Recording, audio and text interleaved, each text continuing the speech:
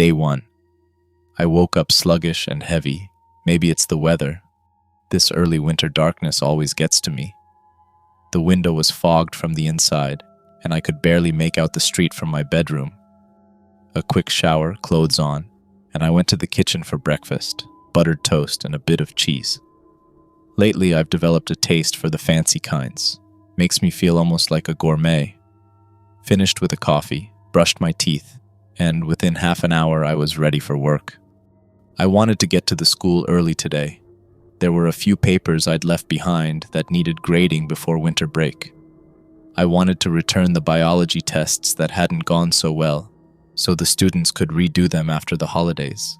Shoes on, brown wool coat buttoned. I was ready to go. One last glance around the apartment, just habit. Then I opened the door, and that's when I got my first surprise. The doorway was sealed. A thick, transparent sheet of plastic covered the exit. The door opened inward, but the frame had been hermetically sealed. At first, I thought it was a mistake. Maybe construction work in the building, maybe a mix-up. I reached out carefully to touch it. The plastic was cool and taut, lined with yellow and red quarantine tape along the edges, professionally attached to the frame. For a moment, I just stood there, confused. Someone, or something, had sealed me in. But why? I leaned against the plastic, trying to see into the hallway. A black figure appeared just beyond the doorframe. The moment he saw me, he shouted, "Step away from the plastic!" A sharp, angry male voice. Then came a distinct metallic sound, the unmistakable click of a weapon being readied. I stumbled back in panic and ran to the living room. Hiding behind the couch, I crouched on the floor, trembling. I waited. For shouting, for footsteps, for anything. But nothing came. The plastic barrier remained untouched. The man outside didn't enter. He simply stood there, motionless. After a while, I crawled out from behind the couch.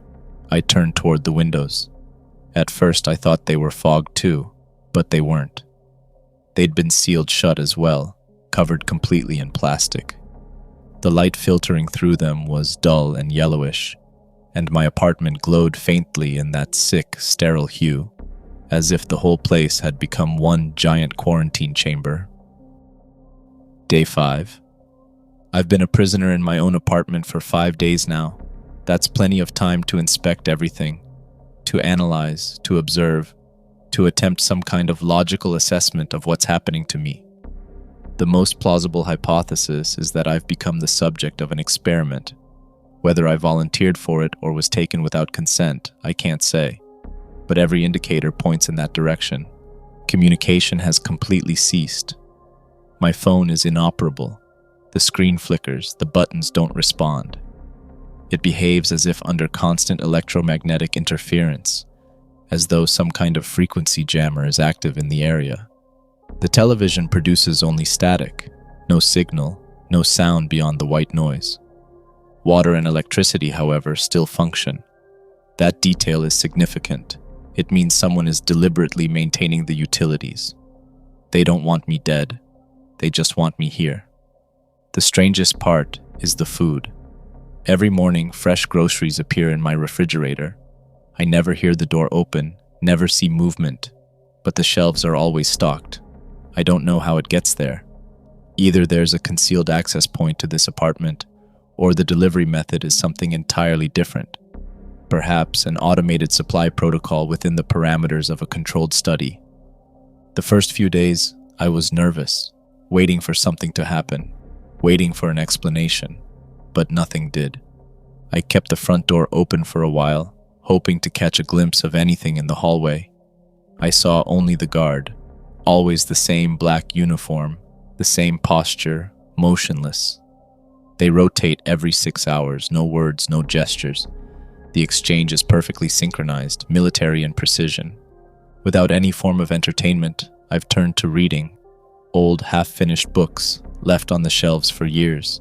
There's a strange peace in it.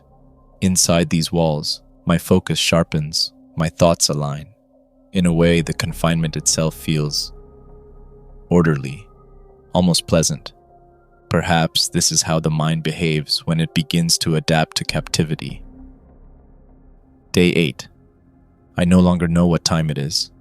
After 8 days of confinement, the days have started to blur together. My biological rhythm, something I once took for granted, has lost its external cues. Every time darkness falls, I draw a line on the wall. During the day, I try to judge the passing of time by the yellowish light filtering through the plastic sheets that cover the windows, but I can't see the street at all. No movement, no sound. The outside world has gone completely silent. The books no longer entertain me. The words are still there, neatly arranged, but their meaning feels hollow. My days have turned into a monotonous cycle. I hate sitting on the couch, waiting for something, anything, to happen. I've tried talking to the guard outside. I called out, asked questions, even begged him to answer me, but he didn't. Not a word. Not a single gesture. So I sit for hours in the living room, watching the faint yellow light seep through the plastic and wash over the walls. The color is sickly, pale as if someone had filtered the life out of sunlight itself. Since yesterday, I've had a splitting headache. I don't know what's causing it. Maybe it's the lack of fresh air, or a psychosomatic response to prolonged confinement. The pain fluctuates, a rhythmic pressure behind my temples, sometimes followed by dizziness. Water and power still work. Each morning the fridge is restocked, but even food has lost its appeal. The flavors are muted. Everything tastes the same. Day 10. For the past 2 days, I've felt terrible. The headache hasn't gone away. In fact, it grows worse by the hour. It feels as though something inside my skull is expanding, as if my brain were under pressure, trying to burst free from the confines of the bone. If that weren't enough, new symptoms have appeared. Severe nausea, vomiting, complete loss of appetite. I can't keep food or fluids down. More than once, I've lost control of my bodily functions. I tried to take a shower, but even simple movements exhaust me. I'm probably running a fever. My entire body trembles. My muscles spasm involuntarily. My skin feels cold to the touch, yet inside I burn with heat. When I looked in the mirror, my pupils were dilated, my eyes bloodshot, my face pale. Based on these observations, I suspect an acute infection, or perhaps a toxic reaction, possibly to something in the food supply. Yesterday, I crawled to the front door and begged the black-clad guard outside to help me. He didn't respond. Not a word. In desperation, I tried to provoke him. I even vomited on the floor near the door, hoping that would get a reaction. I assumed they wouldn't allow their experimental subject to die. But nothing happened. Only silence. That's where I lost consciousness. Right there by the door. When I woke up, I was in my bed. The apartment was spotless. The air was fresh, the bedding changed, the floor scrubbed clean. No trace of anything that had happened remained. Every surface was dust-free, disinfected. I have no idea how I got back into bed, but someone must have entered while I was unconscious. Curiously, I feel better now. The headache has dulled, the fever subsided. It's strangely comforting, this state of recovery. My body seems to be regenerating, though I don't understand how or by what mechanism. Perhaps I'm being monitored, and they intervene only when my system reaches a critical threshold. Day 14. It's been 4 days since I last received any food. The refrigerator is completely empty, and each morning it remains that way. What's truly strange is that I don't feel hunger at all. No stomach growling, no dizziness, none of the usual symptoms of hypoglycemia. In fact, at times I feel unusually light, as if my body has shifted to some alternative energy source. Objectively, this contradicts every known physiological principle. The human body, in such deprivation, enters a catabolic state, first depleting hepatic glycogen stores, then consuming muscle tissue and fat reserves. The process is inevitably accompanied by fatigue, muscle pain, and cognitive dullness, but I experience none of that. Only visible physical change, while my mind remains clear. I've lost significant weight. The bones beneath my skin are sharply defined. The muscle's nearly gone, yet I feel no pain. It's as if my nociceptors have shut down, or a central inhibitory mechanism in the nervous system has become permanent. It appears that the neurotransmission pathway for hunger between the brainstem and the hypothalamus has been disrupted or possibly reorganized into an entirely new feedback pattern. My metabolism no longer behaves like that of a human being. This morning I looked into the mirror again. My skin is pale, grayish in tone. The capillaries beneath my eyes have vanished. My face is hollow. I don't know whether this is due to hypoxia, hemoglobin degradation, or some unknown metabolic transformation. But I'm certain now, the biological system I once understood no longer functions within me. My body has begun to obey different rules, and despite my fear, I need to understand what those rules are. Day 15. My body has changed. I don't know what triggered it, but the transformation is undeniable. Over the past few days, I've conducted several observations on myself. It's been more than 6 days since I last ate or drank anything. By all physiological standards, my body should have already collapsed. Renal failure, dehydration, and metabolic disruption forming a fatal triad. Yet I'm still here, fully conscious, sitting in the living room, staring at the covered windows. I can no longer tolerate light.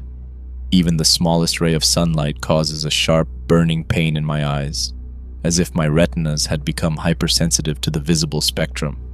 A physiological explanation might be melanin depletion or retinal degeneration, but it's equally possible that my nervous system has begun responding to photic stimuli in an entirely new way. The pain is unbearable, so I've covered every window with blankets. The apartment now exists in a state of perpetual dusk, but at least the burning has stopped. My second observation, this isn't my apartment. Every detail looks the same, a near-perfect copy, but the discrepancies are subtle and consistent. The walls have no cracks, though they've been there for years. The bedroom door, which used to stick and never quite close, now fits perfectly in the frame, as if newly installed. Even the floorboards sound different beneath my feet. The entire space feels reconstructed, as if someone replicated the environment of my life, but not quite accurately. I've left the front door wide open. I no longer care that the guards are standing outside. The fear I once felt is gone. I'm not sure if this is apathy, neurological desensitization, or simply the shutting down of the human instinct for self-preservation. My body is something else now, and the space around me, it feels like a controlled environment, a laboratory replica of reality, where I am being studied while I try to determine how much of me remains human. Day 17. My body continues to change. I don't know what precisely initiated the process, but the biological pattern is unmistakable. The earlier symptoms, light aversion, reduced body temperature, loss of hunger and thirst, have now been joined by new, striking signs. This morning, all my teeth fell out. There was no pain, no bleeding. They simply loosened and slipped soundlessly from their sockets, as if the periodontal ligament cells had received a signal for self-dissolution. When I ran my tongue across the gums, the surface felt smooth and cold. A few hours later, new teeth began to emerge. They are far sharper and longer than a human dentition should be. The incisors taper to points, the canines have grown disproportionately, and the molars are ridged, predatory, almost serrated. Anatomically, such regenerative speed would be impossible. The new tissue is likely not calcium phosphate based like normal enamel, but composed of some harder unknown biopolymer, perhaps the result of an alternative mineralization process. My hair has also begun to shed en masse, not in patches, but uniformly, as if the follicles had simultaneously received an apoptotic signal. My scalp is now smooth, pale, and cold to the touch, like the surface of a wax figure. The photosensitivity has become extreme. Even the faintest beam of sunlight pierces my vision with searing pain. My skin itches violently, as though undergoing a photon-induced allergic reaction. My pupils remain fully dilated, and my retinas seem to have adapted entirely to darkness.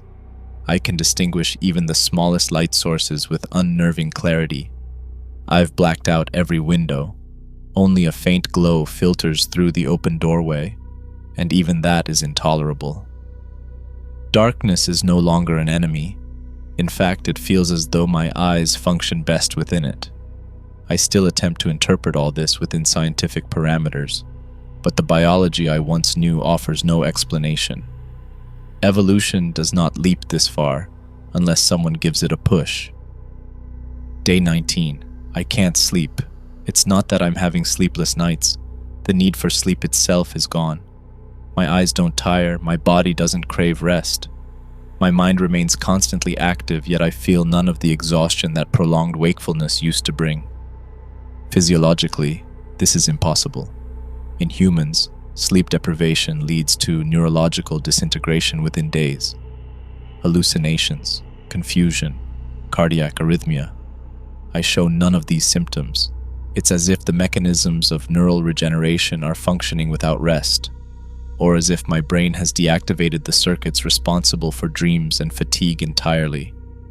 Sometimes I look out through the covered windows to tell whether it's day or night. The faint yellow glow is my only reference point, but my sense of time is gone. Day and night have become indistinguishable, as though the world has forgotten how to turn. But today, something happened. I had just begun to pull back the blanket covering the window when I heard footsteps in the hallway, followed by the rustling of the plastic sheet. 2 armed soldiers in black uniforms stepped into the living room. "Get on the ground!" one shouted. When I didn't react quickly enough, the other screamed, "Get on the fucking ground!" One of them shined a flashlight directly at me. The light was blinding. It felt as if my eyes were melting, a burning sting spreading across my skin. I dropped to the floor and lay motionless. One soldier stood over me while the other began searching the apartment. Then a third figure entered. He wore a yellow hazmat suit, his face completely obscured by the mask. He set down a metal case beside me, sterile medical instruments inside. He opened it, removed a vial and a syringe. "What did you do to me?" I asked. He didn't answer. "Why are you doing this?" I pressed. "Stay calm," he said finally. "We're just taking blood." "Why am I locked in here? What is this?" I tried to ask, my voice trembling.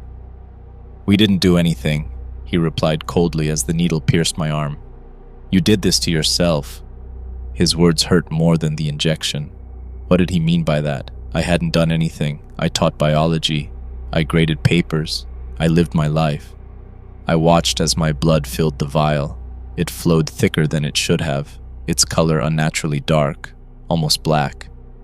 The doctor gave the vial a slight shake, studying its viscosity, then nodded.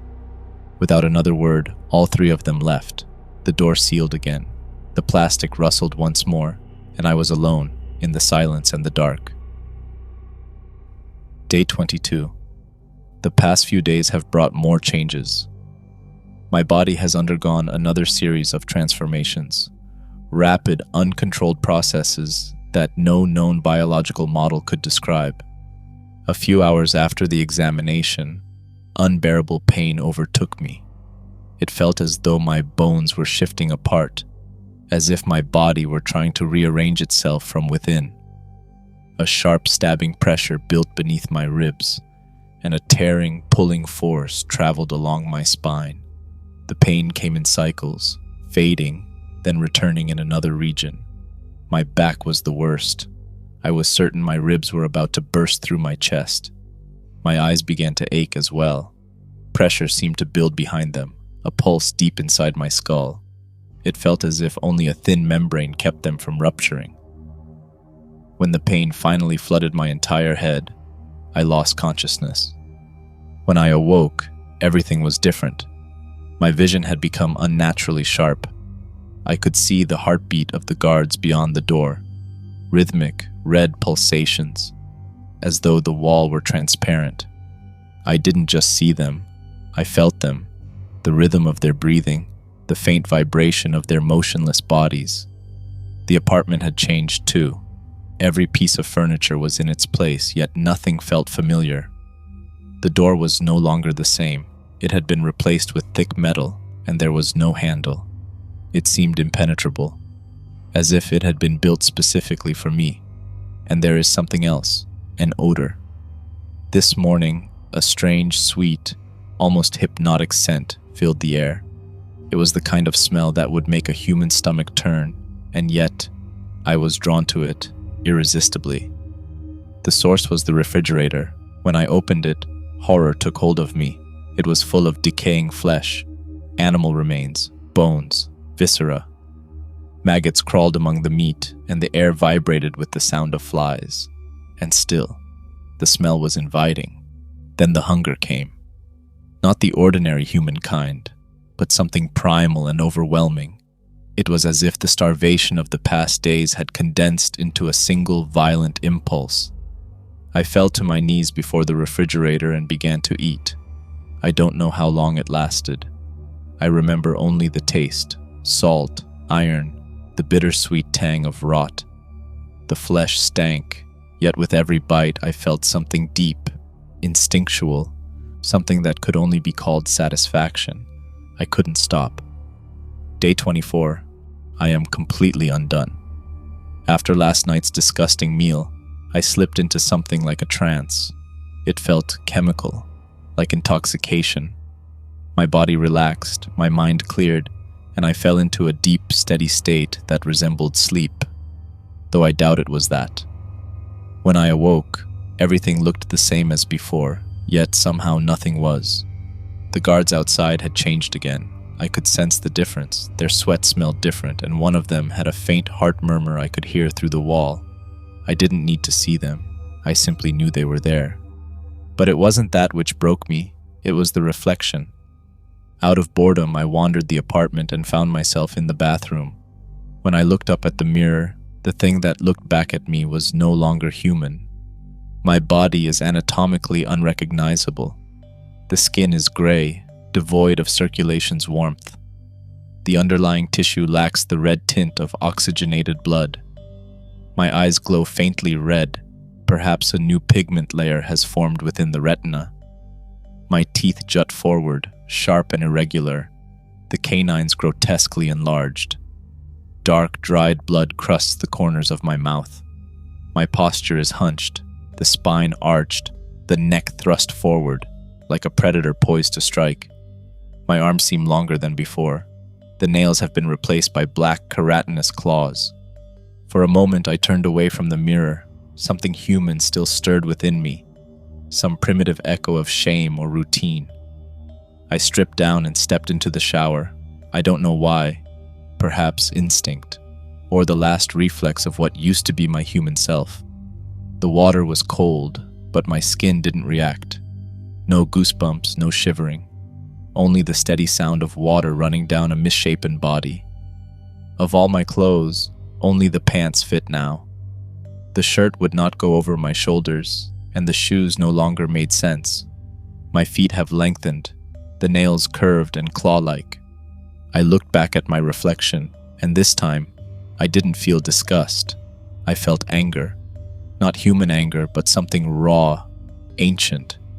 An instinct without a target, only direction. Deep within me, below thought and language, something old has awakened. It isn't emotion, it isn't reason, it's a simple, undeniable fact. I exist, and something unimaginably ancient within me is hungry. Day X. I no longer know how many days I've been locked in here. The concept of time has lost all meaning. My biological clock, the system that once regulated my sleep-wake rhythm, has completely collapsed. I don't know if it's day or night. In fact, I'm not even sure where I am anymore. I've begun to suspect that the apartment I live in isn't really mine. It's too perfect a copy. Everything is where it should be, yet the details betray the illusion. This is only a reproduction. There are no cracks on the walls, the paint is fresh. The scratches and stains are gone, as if reality itself were a laboratory model, rebuilt around me over and over again. What worries me most, however, is my consciousness. I'm not always awake. Sometimes everything blurs. as if I'm slipping into a dream, but these aren't dreams. When I return, the room is different, and my body feels as though it has fought something unseen. The last time I regained full awareness, the apartment was in ruins, but not in the way that someone might overturn furniture in rage. The walls had collapsed, the plaster had fallen away, the bricks were cracked, and beneath them I saw a layer of thick, reinforced metal, as though the apartment were, in truth, a containment cell, an artificial shell built to hold me. There were claw marks on the metal, long, deep gouges that matched the shape of my hands perfectly. I don't need to speculate. I did it. But I don't remember doing it. I don't remember anything. My consciousness skips like a broken machine, and every time I come back, there's a little less of me. My thoughts are disjointed. Sentences fragment. Sometimes when I write down a word, I don't recognize it right away. It's as if I'm learning a new language, one my body already speaks, but my mind can no longer understand. I don't know how much time I have left before I come apart completely, but I need to finish this. I need to write it all down before the other one takes over. Final page. I'm somewhere else now. A massive, sealed metal chamber. I can't say I'm surprised. After what happened, this feels inevitable. At some point, the refrigerator filled again, with dead, rotting meat. And I ate. My body demanded it. The smell intoxicated me. I couldn't resist. Then I heard the noise. The metal door opened, and I sensed 7 distinct heartbeats, all beating in rhythm, all moving closer. The soldiers, black uniforms, helmets, blinding lights. Their beams flooded the apartment. My eyes burned instantly. My skin sizzled under the rays, so I stayed hidden in the kitchen's darkness. I waited for them there, in the shadows. An 8th figure entered, the man in the yellow hazmat suit. He carried the same metal case as before. "Target located," one of the soldiers said, holding a small beeping device. "In the kitchen." The others nodded. Then their lights found me, blinding. The pain flared. My body trembled as if tearing itself apart. And then, it happened. Something broke free inside me. The other one, the thing that shares this body, took control. The feeling wasn't human. It was instinct, cornered, furious, primal. I heard myself growling, but I no longer knew if the sound came from me. My mind dimmed, but my movements were fast, precise. In a single motion, I reached the nearest soldier and snapped his neck. The beams burned. Bullets struck my flesh, but my body didn't respond. I felt the impacts, but not pain, only rage. One by one, the soldiers fell. The room reeked of blood and metal. The doctor stumbled backward, then turned and ran. I followed on all fours, like an animal. That's when he entered. Someone new. Massive. Unfamiliar. He held a strange device that whirred as it powered up. Then came a flash. Just one. The next moment, I was across the room. Some kind of weapon, no doubt. The hole in my chest was the size of a fist. My black, viscous blood spread down my torso. I watched it flow and felt, for the first time, a kind of peace. Maybe this was the end. Maybe I was finally free. But I didn't die. I woke up here. The wound is still there, but it's closing. The rate of cellular regeneration is exponentially higher than human baseline. The death process has stopped. Now I live in this sterile metallic prison. They left me a bed and my journal, nothing else. I don't know why this happened. Why me? I was just a biology teacher, a man who believed in cell division, inheritance, and the laws of life. But the life I once knew no longer applies to me. I will live here forever, in the dark, and watch as everything we thought was human begins to change.